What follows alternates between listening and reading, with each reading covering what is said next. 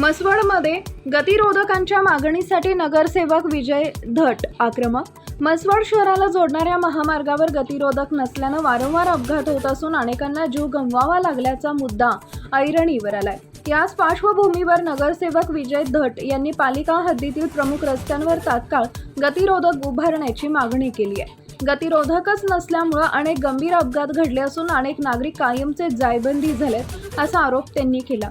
रस्ते विकास महामंडळानं शहराला जोडणाऱ्या धोकादायक ठिकाणी त्वरित गतिरोधक उभारावेत अशी मागणीही त्यांनी प्रशासनाकडे केली आहे. नागरिकांच्या सुरक्षेच्या दृष्टीनं ही बाब अत्यंत महत्त्वाची असून प्रशासनाचं दुर्लक्ष करू नये असं मतही त्यांनी व्यक्त केलंय.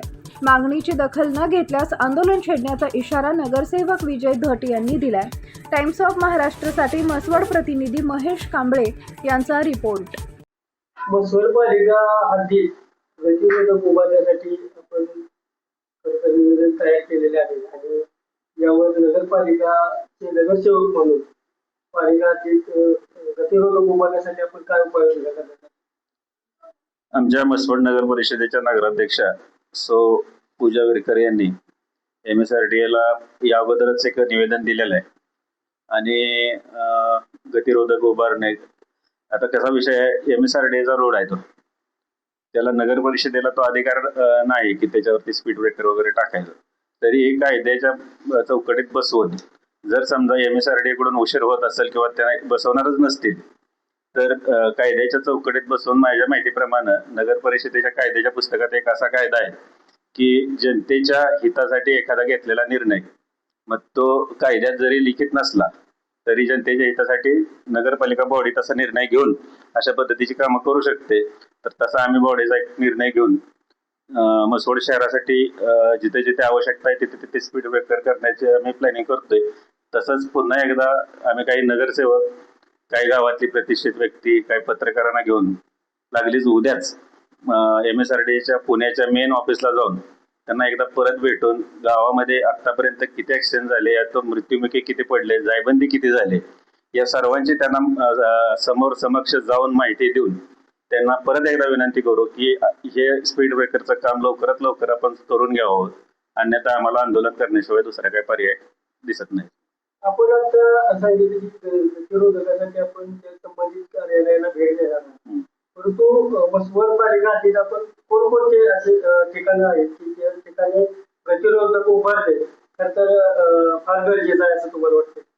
हे काय मी लिहूनच घेतलेलं आहे. आतापर्यंत ज्या ठिकाणी म्हसवड नगर परिषदेच्या हद्दीमध्ये ऍक्सिडेंट झालेले जे ठिकाण आहेत ते असे खालील प्रमाणे आहेत.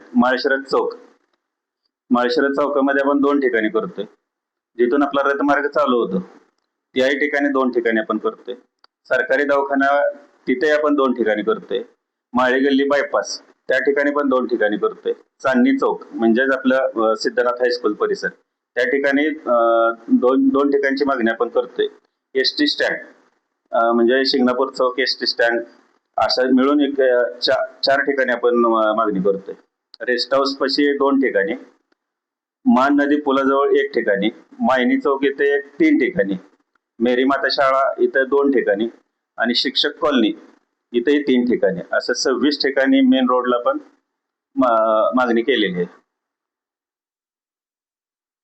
आता आपण सांगितलं की संबंधित विभागाला आपण जाऊन भेट देणार आहात, पालिकेच्या सदस्यांना सोबत घेणार आहात, तर साधारण किती जणांचं आपले शिष्टमंडळ असणार आहे आणि या शिष्टमंडळामध्ये कोणाकोणाचा समावेश असणार आहे?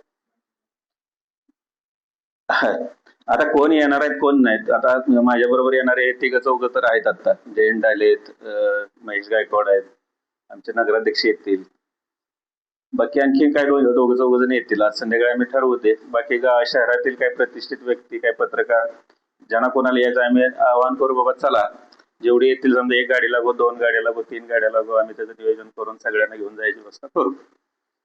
आपण संबंधित कार्यालयाला ज्यावेळेस भेट देणार आहात त्यावेळेस म्हसवडमध्ये ज्या मार्गावर झालेल्या अपघाताची त्यांना माहिती देणार आहात, परंतु त्या अपघातामध्ये काय जायबंदी झालेली आहे, काय मृत्युमुखी पडलेले आहेत, तर त्यांच्या कुटुंबांसाठी आपण त्या कार्यालयाकडे काय मागणी करणार आहात?